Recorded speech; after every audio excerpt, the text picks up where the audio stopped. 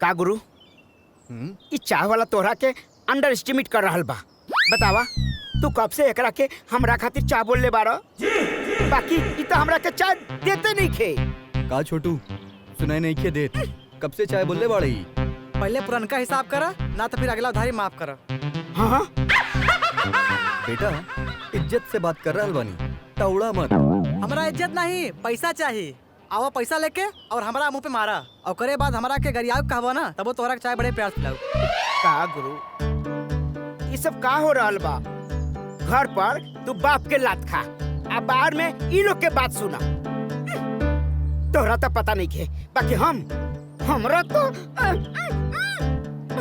तोरा के ई ना लगता कि तू अपना साइज से तनी ढेर बोला तारे? साइज में आ जा। ए बुड़बक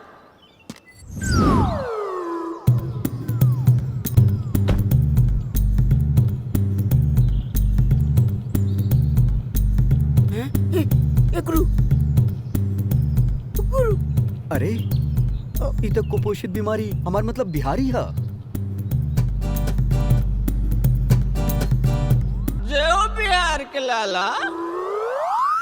छोटू हाँ एक बढ़िया सा स्पेशल चाय बना मलाई मार के। अभी पिलावत बानी बिहारी भैया।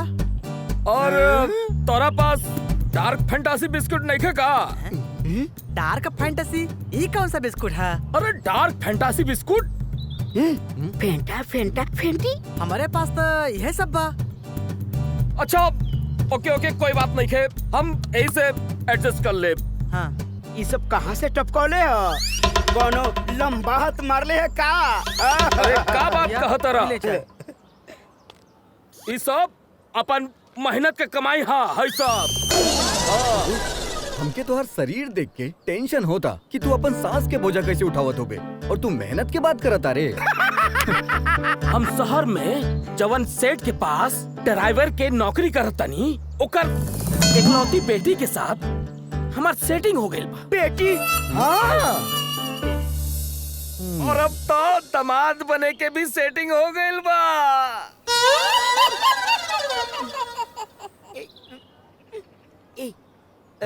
अच्छा गुरु जे हम सोच रहल बानी तू उहे सोचत रहा का?